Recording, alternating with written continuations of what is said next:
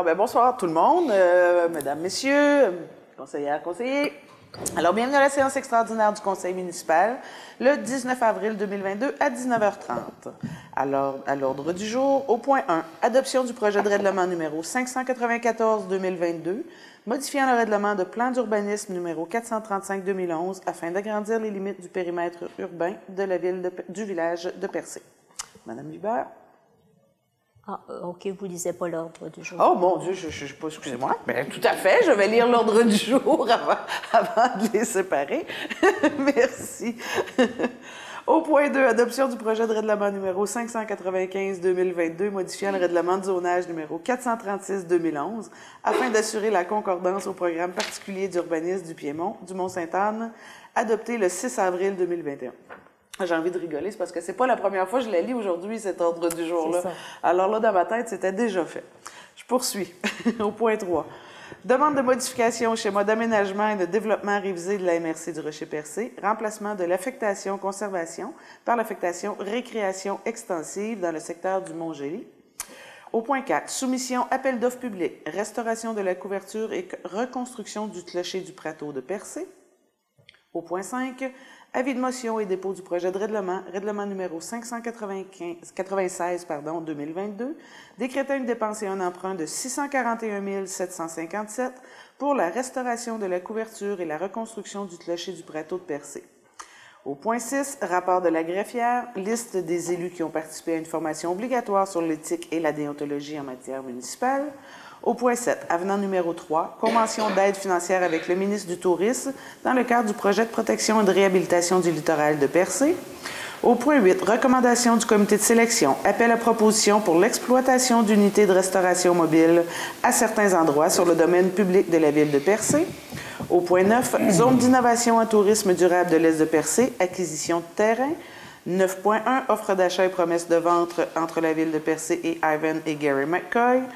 Au point 9.2, offre d'achat et promesse de vente entre la ville de Percé et M. Eugène McCoy. Au point 9.3, offre d'achat et promesse de vente entre la ville de Percé et M. Ivan McCoy concernant le lot 4 899 611 du cadastre du Québec. Au point 10, poste saisonnier été de coordonnateur/coordonnatrice des parcs et loisirs. Et au point 11, demande d'aide financière. Au point 11.1, comité de développement de Barachois et les environs 350e anniversaire de Barachois. Au point 11.2, les fêtes de la plage de Cap-d'Espoir, production d'une vidéo professionnelle et prise de photos professionnelles.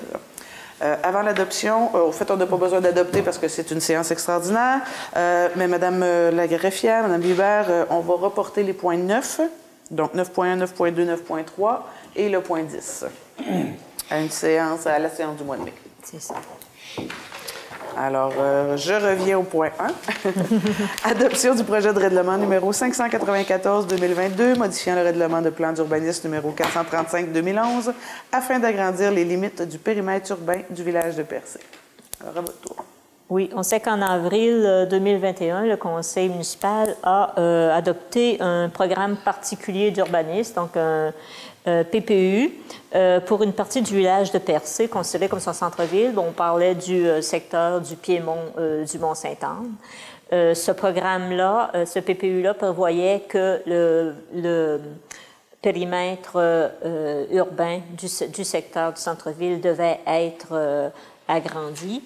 Donc, c'est un peu une concordance. Comme c'est prévu au PPU, il faut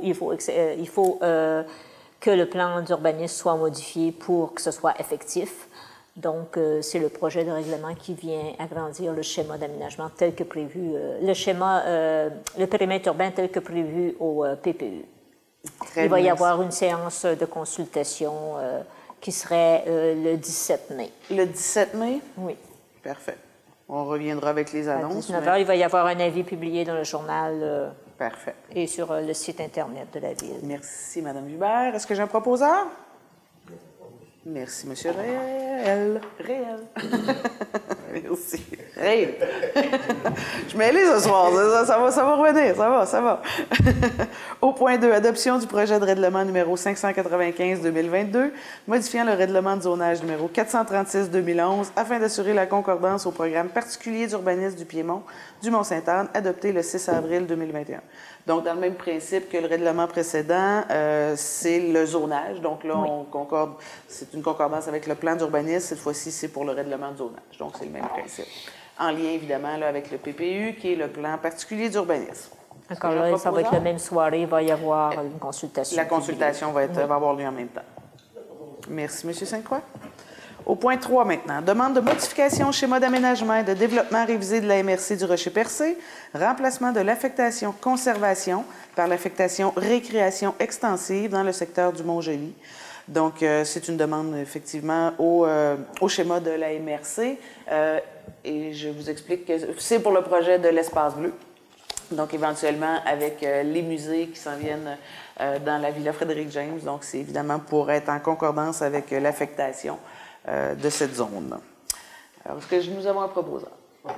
Merci, Mme Aucoeur.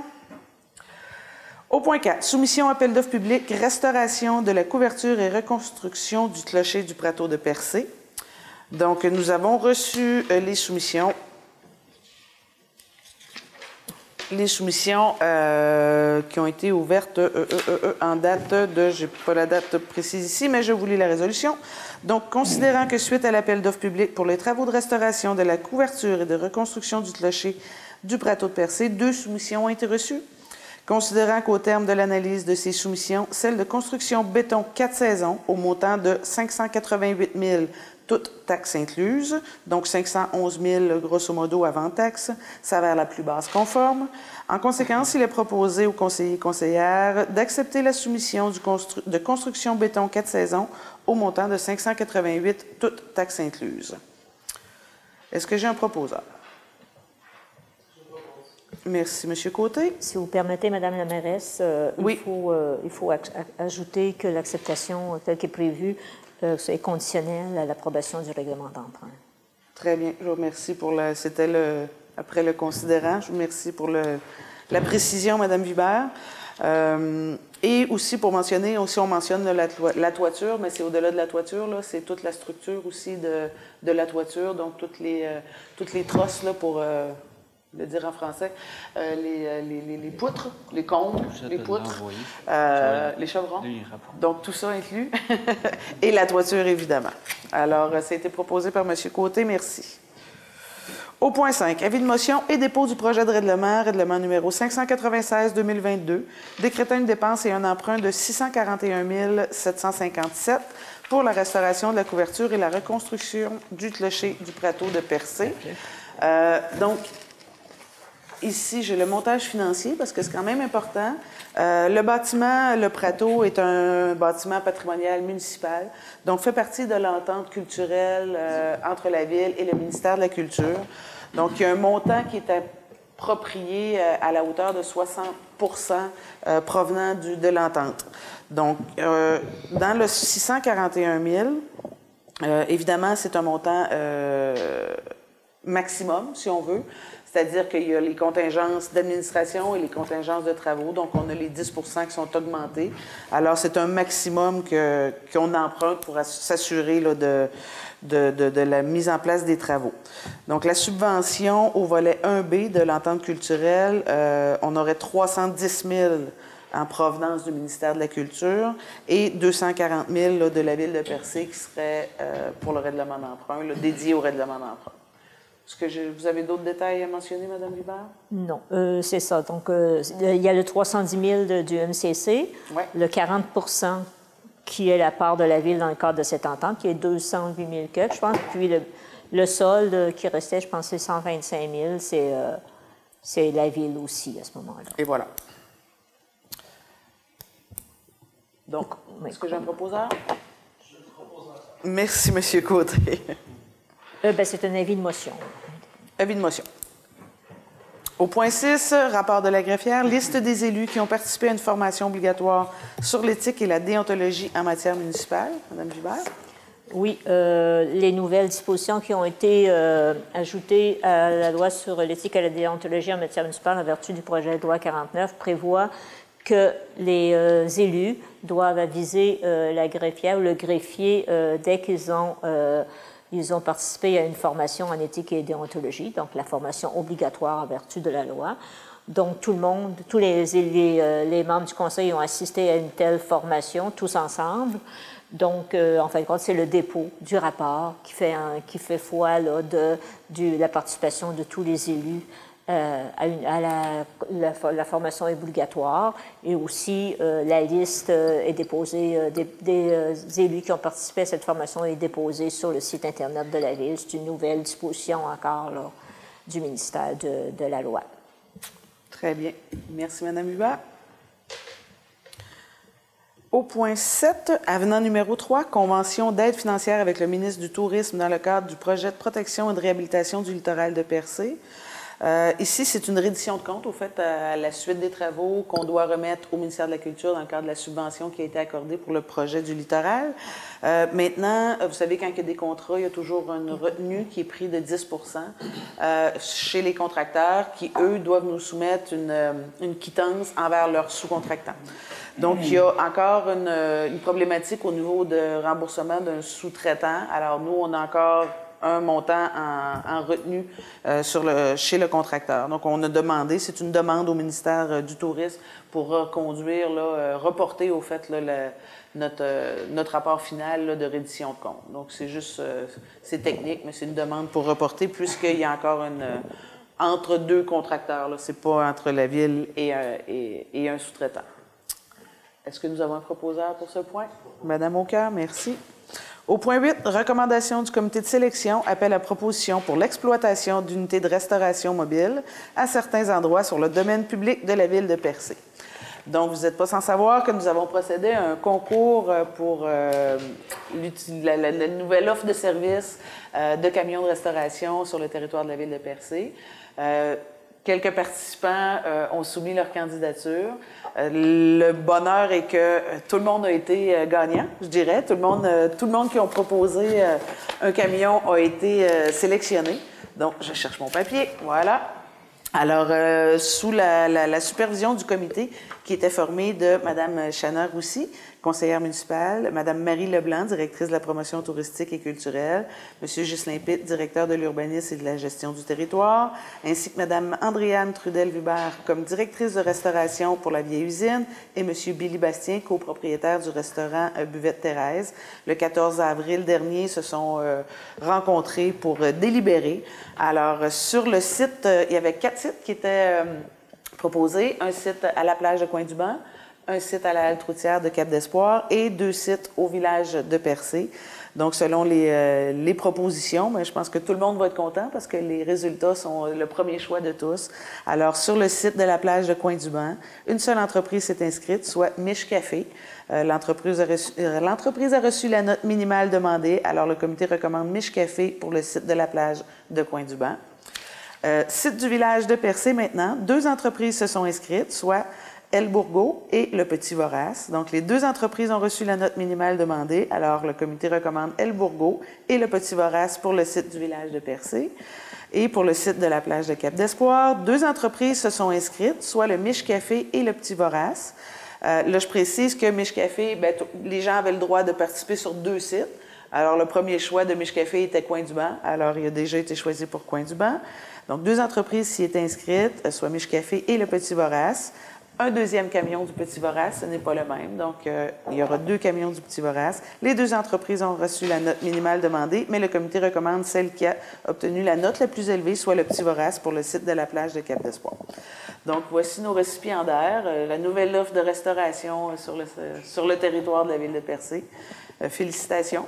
Puis, merci d'avoir participé. Je pense que ça va être bien apprécié de la population, autant en périphérie du village qu'au village, puisque, on le sait, pour la saison prochaine, l'offre de restauration risque d'être un peu affectée. On l'a vécu dans les dernières années.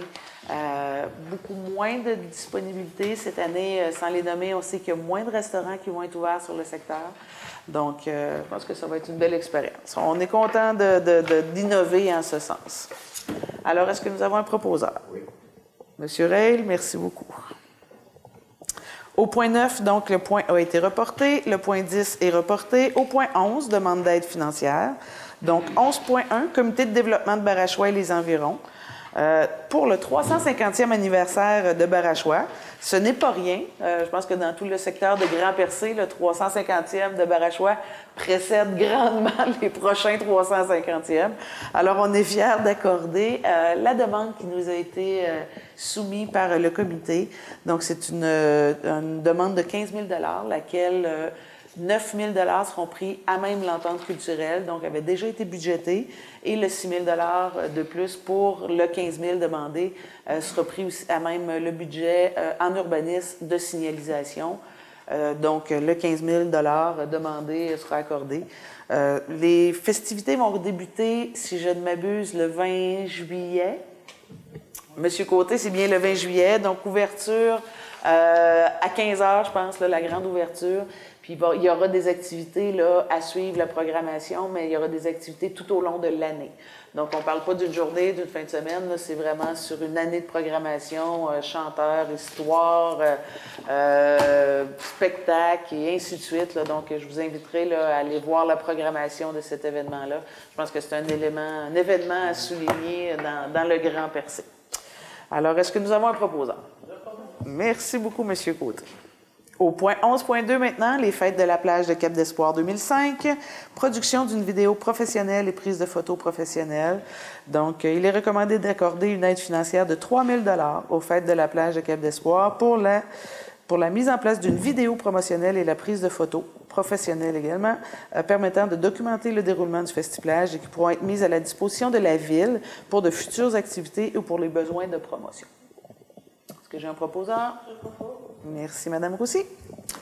Alors voilà, ça fait le tour pour l'ordre du jour ce soir. Si vous avez des questions dans la salle, je vous invite à vous présenter.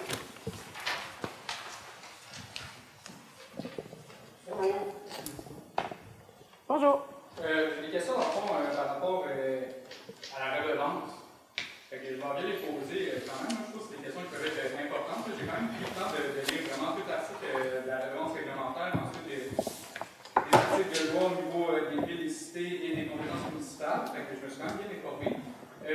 Puis là, on voit qu'on peut voir toute municipalité peut avoir une redevance, tout ça, puis sur son influence sur le comportement des personnes, puis l'atteinte de ses objectifs. Là, ce que je me demandais, dans le fond, c'est que j'ai relevé des points qui me semblaient quand même à préciser, là.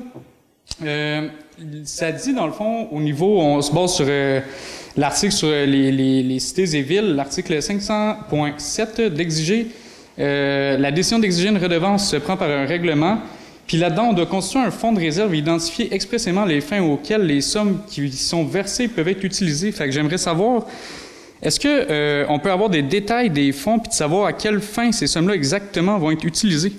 Vont être utilisées pour les infrastructures touristiques municipales, la promotion touristique, les emplois.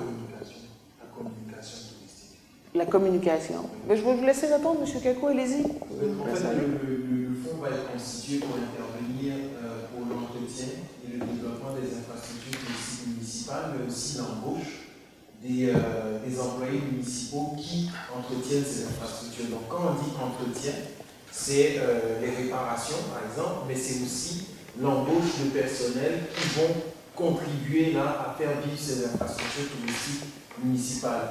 Le règlement prévoit aussi le développement de ces infrastructures et enfin la communication sur la bonne utilisation de ces infrastructures. Donc, quand on a des visiteurs qui viennent à Percé, des fois ils ne connaissent pas notre géographie ou notre culture et on peut se retrouver avec des situations où on a du surtourisme, du tourisme qui n'est pas responsable.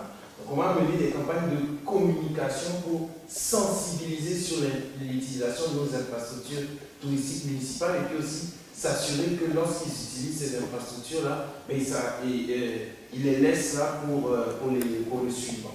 OK. Puis quand vous parlez, dans le fond, des travailleurs, mettons, au niveau touristique, ça peut parler de leur salaire, dans le fond, pour l'embauche de nouveaux personnels? Effectivement, oui. OK. Ensuite de ça, dans le fond, il y a quelques critères, dans le fond, et des fonctions au moment auxquelles la redevance peut varier. Puis ça doit justifier, dans le fond, un regard des objectifs du régime de réglementation. Fait est-ce que présentement, on a un régime où on a vraiment des objectifs clairs par rapport à tout ça? Définitivement, il est dans le projet de règlement. Vous avez l'objectif de la redevance. Directement dans le projet de règlement? Pas dans le règlement, dans le règlement. Dans le règlement, dans le fond, les objectifs sont précisés. OK. Ensuite de ça, dans le fond, à l'article 20, ça stipule, dans le fond, des investissements justement sur les infrastructures touristiques. Fait que, donc, lors de la séance ordinaire du 28 septembre 2021, le Conseil municipal de la Ville-de-Percé a adopté le règlement 575-2021. Puis, dans le fond, dans ce règlement-là, ça dit... le Conseil municipal doit adopter dans les 4 mois suivant l'entrée en vigueur du présent règlement, puis à tous les 4 ans de stratégie quinquennale des investissements et des infrastructures touristiques municipales, laquelle doit contenir une description des investissements projetés dans tous les districts électoraux prévus par le règlement de la Ville. Ça, est-ce que c'est disponible? Pas encore. Il n'a pas été adopté encore. Non, vas-y. Ben, comme vous pouvez le savoir, on a eu des élections en 2021.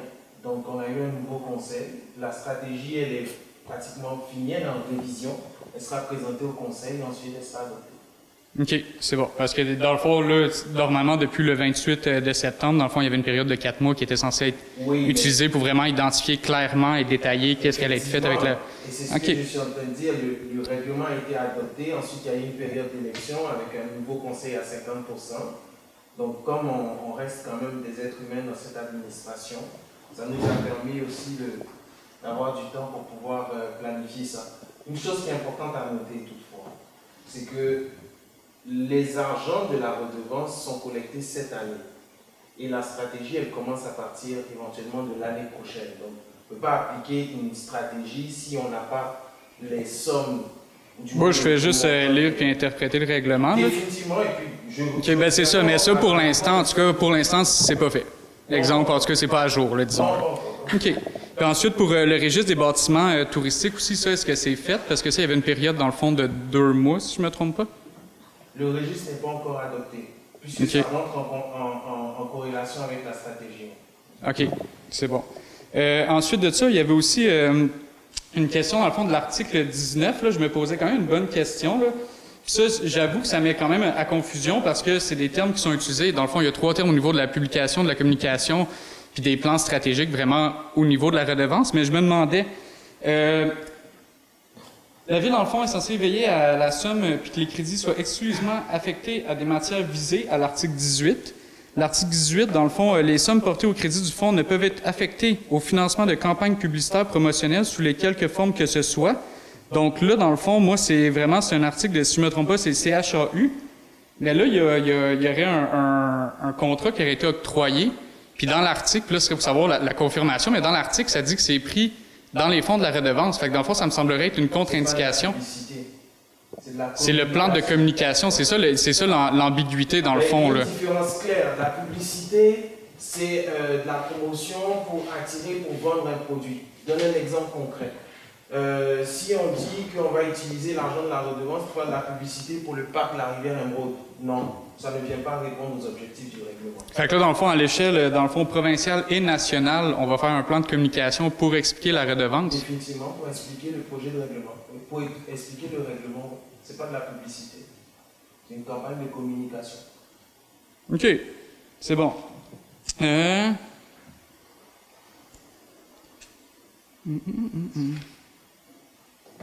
OK, c'est bon, ça. Là, ah oui, c'est vrai. Ça, j'avais lu ça. J'ai passé au travers des ordres du jour, là. Puis je me demandais, dans le fond, en février, il y a eu l'adoption du règlement 581-2022 qui modifiait justement le 575-2021. Mais ça, je fouillais, dans le fond, avant, puis j'ai pas vu d'avis de motion. Fait que je me demandais comment ça se faisait que pour ça, on pouvait le modifier ou passer un règlement sans qu'il y ait d'avis de motion, ou c'est-tu moi qui ai mal vu, mais j'ai quand même regardé depuis le mois de septembre, puis je vois vraiment une adoption de règlement sans avis de motion avant ça. C'est quel règlement? C'est le 581-2022. Pardon? Le 581-2022. C'est une modification, dans le fond, au règlement 575-2021.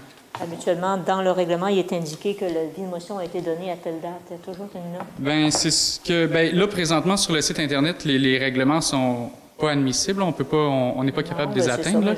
Il y a un petit problème informatique, mais j'ai pas pu voir le 581, mais je voyais vraiment que dans tous les ordres du jour que j'ai vus précédemment, jusqu'au mois de septembre, dans le fond, quand le règlement a été adopté, j'ai pas vu d'avis de motion. On va voir, oui. Fait que ce serait quand même une vérification importante à faire, je crois. On va le trouver. Ensuite de ça, j'ai envie de poser une question qui est quand même vraiment importante. Je le fais c'est, encore une fois, c'est vraiment tout par rapport là, au règlement 575. Je me demandais, j'ai fait un document, est-ce que vous me permettez de donner une copie, ou sinon je peux vous envoyer des copies informatiques aussi, là. Mais c'est une demande, dans le fond, qui a le droit d'être faite par un citoyen. Fait que je vais vous donner un document. Si jamais, écoutez, j'invite à être corrigé sur le champ si je suis à défaut. Mais les déposer à Mme Vibert, on va vous les, on va en prendre connaissance. Bon, ben parfait. Ça, c'est le mien. Attends, ça, je pense que je t'ai laissé. OK. Attends, ça, c'est pas la bonne chose. Je vais te donner la bonne chose.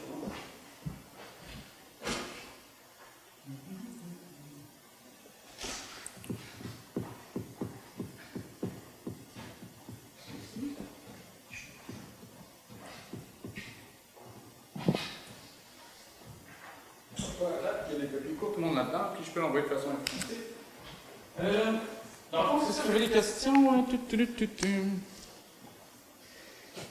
Dans le fond, c'est une question information. Je voulais savoir si le Conseil savait qu'il avait le droit de se faire demander une demande d'injonction interlocutoire par des citoyens, ce qui les amènerait, dans le fond, à une période de suspension temporaire de l'application d'un règlement jusqu'à ce qu'il serait prononcé sur sa légalité, ce qui pourrait lui permettre d'utiliser des fonds, des connaissances pour demander l'avis d'un juge pour se prononcer sur la légalité d'un règlement. Parce que quand on lit le règlement vraiment attentionnément, qu'on rentre dans ce qu'on sait basé pour les chartes de loi, ben on se rend compte qu'il y a certaines petites choses qui ne marchent pas bien ou sinon qui demanderaient vraiment à être précisées. Fait que je me demandais si ce serait possible pour le Conseil, à votre prochaine réunion, de vous baser sur peut-être une demande ou tout simplement un arrêt ou de se dire, est-ce que c'est bon? Est-ce que tout le monde est d'accord? Est-ce que ça fait le bonheur de tout le monde? Est-ce que c'est vraiment la solution qu'on veut? Est-ce que c'est vraiment la solution à adopter? Ou est-ce qu'on peut y réfléchir une deuxième fois? Puis d'y aller peut-être vers une solution qui serait différente pour les mêmes objectifs. C'est La Fontaine qu'on n'y a pas pensé à deux fois, qu'on n'en a pas discuté? Ah ben oui, ben il y a eu plein de conseils où c'est qu'on voit les gens chialer, mais après ça, quand on se promène dans la rue ou qu'on peu importe qu'il se passe de quoi, ben il peut arriver des situations... Vous pouvez déposer ça, puis si vous avez d'autres questions, on va répondre. Pour l'instant, on va regarder votre document. Parfait. Ben, j'ai laissé le document. Fait que ça, dans le fond, ça fait juste expliquer les procédures. Donc c'est ça. Vous avez aussi des liens pour, dans le fond, confirmer les renseignements qui sont là-dedans. Donc, vous allez pouvoir, par votre propre curiosité, aller confirmer les éléments que je vous ai amenés ce soir. Donc, je vous invite à une bonne réflexion. Donc, c'est ça un peu la question, c'est de savoir quand si... on présente ici, on a fait des tables de travail. Oui. Puis on sait de quoi est-ce qu'on parle. Puis quand on vote, on sait de quoi est-ce qu'on vote aussi. Oui. Je sais pas, là, tu nous prends quasiment comme des personnes incompétentes, là, on est en train de parler. Parfait. Ben, je vous invite à réfléchir. Ben, je t'invite à réfléchir à toi aussi. Bon, bien, merci beaucoup. Alors, voici la fin de la séance extraordinaire de ce soir. Merci, M. Sainte-Croix.